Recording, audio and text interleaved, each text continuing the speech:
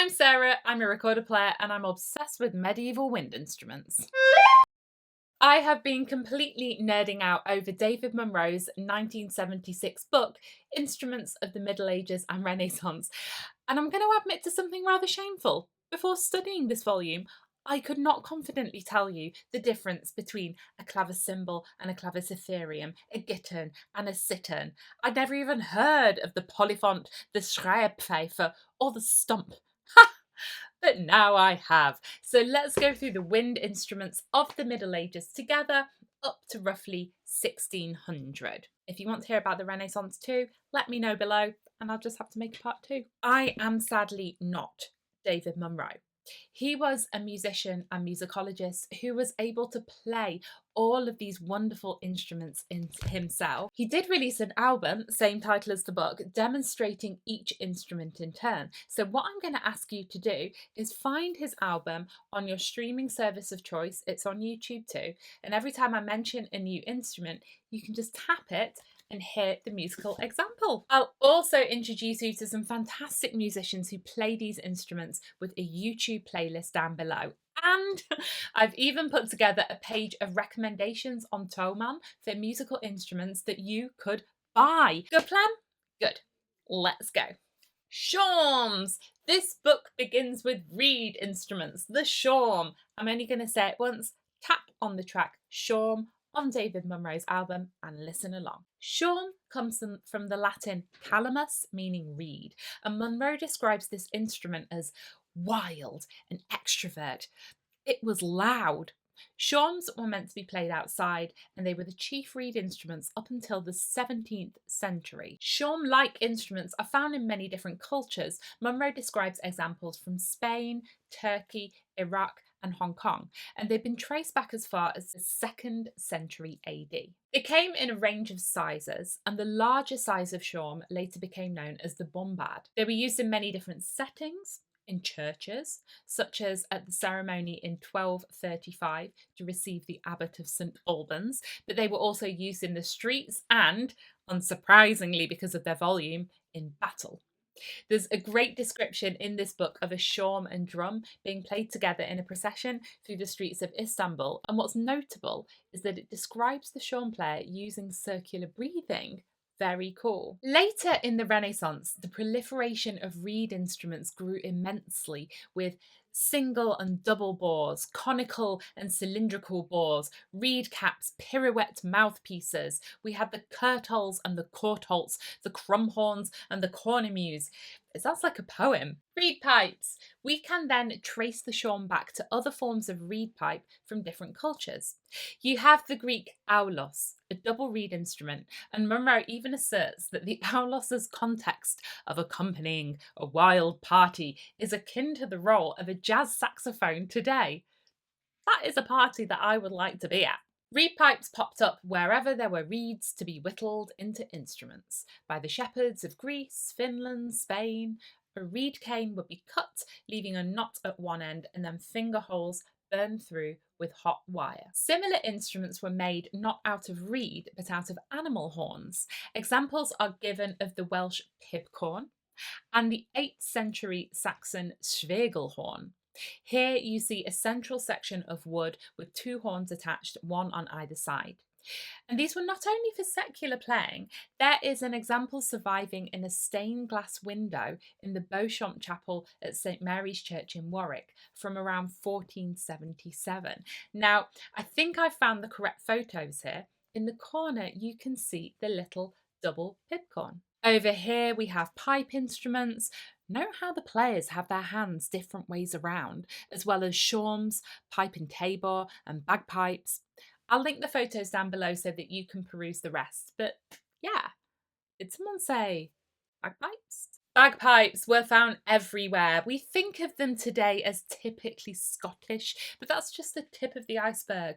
Scotland, Ireland, France, Spain, Italy, Bulgaria, Hungary, Poland, Egypt. These are all places where they had their own distinct tradition of bagpipe. A bagpipe would typically be made of the skin of an animal such as a goat.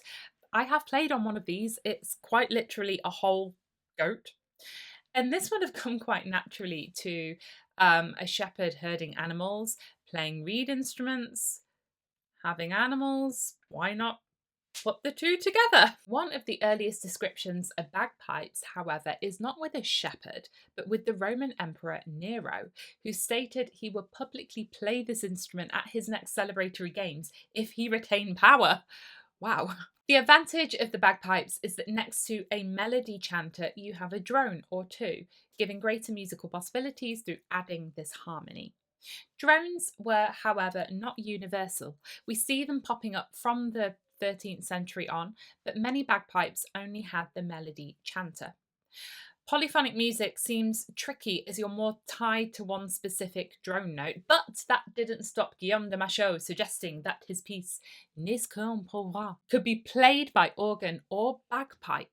And unfortunately, this suggestion is the only information he gives. I do have a practice chanter.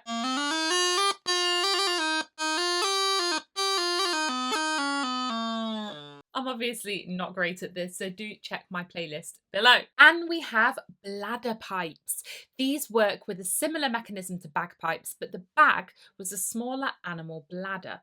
This had the advantage of providing a continuous airflow, but as it was smaller, you could start and stop it more easily. So Munrow postulates that you could get closer to being able to use tonguing and articulation. The pipe was sometimes curved like a crumhorn, sometimes straight, and the bladder pipe even made it into Verdung's 1511 treatise Musica Getucht, listed as an instrument called a platterspiel. They were still used up until the 16th century. Who knew? I did not. The bladder pipe then sadly died out, whereas the bagpipes went from strength to strength. Dulcians. Dulcians. Am I pronouncing it correctly? But more importantly, what did they look or sound like? I'm not talking about a dulcian here. So let me take you on a journey. Here's the fascinating thing. At the time of writing this book, no one knew what the dulcian was. They were mentioned in writing, but not found in iconography, so we didn't know what they looked like. Scholars had come to different conclusions, such as a sort of soft oboe, a type of flute, and a kind of shawm. Quite different. The most concrete historical information came from the 1487 treatise of Tinctoris, who describes a dulcina as a type of reed instrument, that it has the softness of sound and 7 finger holes in front and 1 behind, a bit like a recorder. Then fast forward to the late 1980s, after this book was published, where a well-preserved dulcian was found in the shipwreck of the Mary Rose, a battleship of King Henry VIII, and now we know what they were. This musical mystery is something that, rather than being frustrating, it just emphasises to me the wondrous bounty of music that's out there and that it's existed for millennia. And it shows me that we have to stay curious, stay open-minded, and that we don't know everything yet.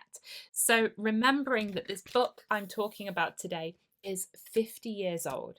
There has been more discovered since then. So please take this video as just an introduction, as the very beginning of the story, not the whole tale. So now we're moving from the reed instruments to the flutes, and Munrow takes pains to point out that nomenclature can become confusing. Flute, for example, can refer to instruments played across or down or in a row. Lots of names have survived and we'll probably never sort them all out. In any case, flute-like instruments would have varied widely and have countless regional differences that have not all survived to tell their tales today. Let's begin with panpipes. I have a special place in my heart for panpipes, or the pan flute, I should say. Why? You can study pan flute as a first study at the Conservatorium van Amsterdam. That's where I studied. I know firsthand what a fantastic instrument this is, and I've played for many years with my good friend and colleague Nadia. I am a pan flute fan. Panpipes are an instrument found worldwide, notably in South America and in Romania. They stretch back to Greek and Roman times. The name pan comes from antiquity, and they undoubtedly exist as long as people figured out that you could blow over a length of cane or bamboo that stopped at one end and that would make a sound. They have also been found made of pottery, ceramic, even of wood, and the number of pipes range from 5 up to 26 and possibly more. Though the pipes tend to be arranged diatonically, you can achieve chromatic and even microtonal notes by bending down with your lip. And then we have transverse flutes. This technique of blowing across a hole to produce a note was also seen with the transverse flute. It almost doesn't need to be stated that the variety of flutes that must have existed were probably as richly varied as the cultures that produced them. And again, keyless flutes are found worldwide. Munrow does mention that the rise of the flute seems to correspond with the decline of the panpipe, but I know that it would be far too simple to claim any form of causation here. He outlines how the flute seems to have found its way into Europe roughly in the 12th century, and its history extends far back into antiquity with a history in the Far East. We see transverse flutes popping up in a late 12th century encyclopedia called the Hortus Deliciarum from Germany. And in fact, the transverse instrument was specified as the German flute for a long time, separating it from the so-called English flute, the recorder. And in the medieval period, the Germans used flutes at court alongside fiddles and harps, but also in the military as part of a marching band. So while I'm doing this, let's talk about 6-holed pipes. So we had pipes with 6 holes. You could play them transversely, but you could also play them in front of you like a whistle or a recorder. These were not recorders yet, as they did not have a thumb hole. The essential features of these 6-holed pipes are found on recorders too, and this is where I'll show it to you. This is the first recorder I grabbed from my case. These were a lip, the labium that cuts the air to make a sound, the fipple, the block that guides the air to where it needs to be, and the windway inside. Okay. The earliest surviving example of a whistle-type instrument such as this extends back to the Upper Paleolithic period, some 38,000 years ago. These have survived made from the leg bones of birds and from mammoth ivory. This blows my mind. And the use of 6-holed pipes continues today. Here is my low whistle.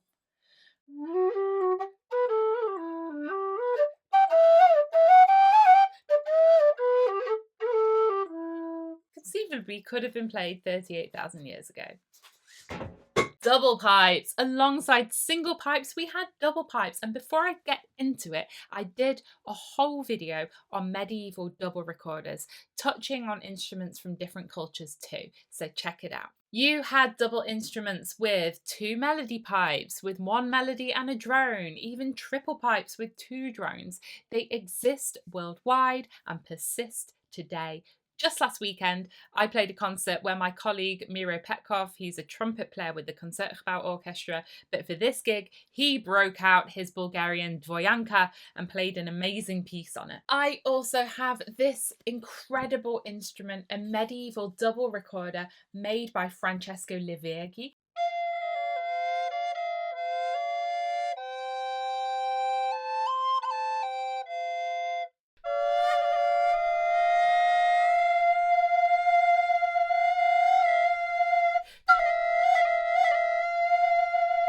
I must point out though that the tuning system here is referred to as Ars Nova. I believe this is Livergi's own tuning system, and this pipe here has a range of an octave and a sixth on one hand. Now onto the pipe and tabor, and what I learned from this book really surprised me. It's a 3-holed pipe held in one hand and a drum called a tabor played with the other. This 3-holed pipe has a diatonic range of an octave and a fourth. It uses the overtone series and cross fingerings to achieve this. I'm honestly amazed. I had rather ignorantly thought you could play like 4 notes. It just goes to show, read, don't assume. It's an incredibly skilled profession too. You are a percussionist, a pipe player, you're coordinating the two, and you're probably walking around as you do so. Amazing. Gemshorns! These extremely beautiful, lush, soft, mellow sounding instruments are made from horns, stopped at one end and with finger holes. I'm always surprised at how deep they sound. Please listen to the musical examples below. And also, every time I'm at an early music fair, I see the gemshorns and I'm like, should I buy one? Gemshorns were notable as they have an obviously conical bore due to the natural shape of the horn, whereas most medieval wind instruments had a more cylindrical bore. The origin of the gemshorn is a bit of a mystery. It's first explicitly depicted by Verdun in 1511, but by the time of the treatises of Praetorius in 1619 and Mersenne in 1623, the gemshorn had been reduced to an organ stop. However, antler whistles have been found going back as far as the Bronze Age. Like many instruments, it will probably have a history going much further back than we could ever uncover. So, wind instruments of the Middle Ages. I feel like I'm forgetting something. Recorders! Sorry. Yes, let's finish with my obvious favourite, though I get a feeling that I would love a gemshorn or a pipe and tabor. The recorder. There isn't a hard line for when the recorder was spontaneously invented. The instrument would have gradually developed from the simpler whistle pipes, gaining a thumb hole on the back and a seventh hole at some point. Today, we loosely define a recorder as an instrument with 7 finger holes, 1 thumb hole, and the method of sound production is the fipple and the lip. One difficulty in identifying the recorders depicted in iconography, old art, is that it can be difficult to count the holes. Take the pipes depicted in the Beauchamp chapel I mentioned earlier. We can't see if there are 6 or 7 finger holes. We can't see if there is a thumb hole.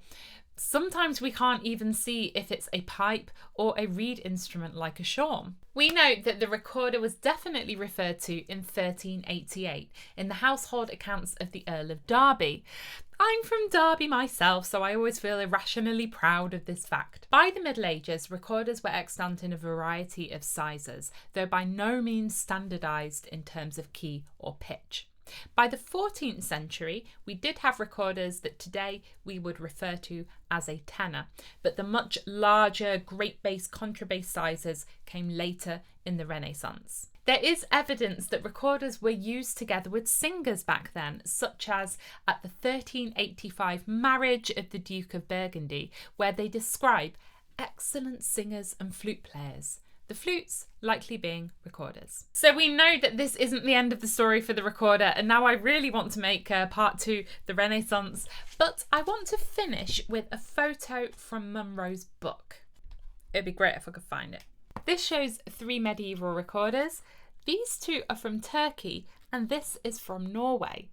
So much of recorder history is centred around England, Germany, Italy, France. It's essential to remember that our instrument, the recorder, and any instrument has roots much further afield in cultures rich and deep. They would have developed over centuries, steeped in their wider context, and the best we can do is to keep researching, keep an open mind to learn and discover these musical stories. Whew, so this video was just a mere introduction. If you're excited about any of these instruments, as I am, I'll put lots of links below. Please go and listen to my fantastic colleagues. And if you have insights, things to share or questions, leave it in the comments. As always, you can subscribe to Team Recorder by clicking on my face down here in the corner. If you'd like to support the channel and join our upcoming book club, you can join the Team Recorder Patreon, and here's some more videos about medieval music. Thanks for watching and have a great day. Bye!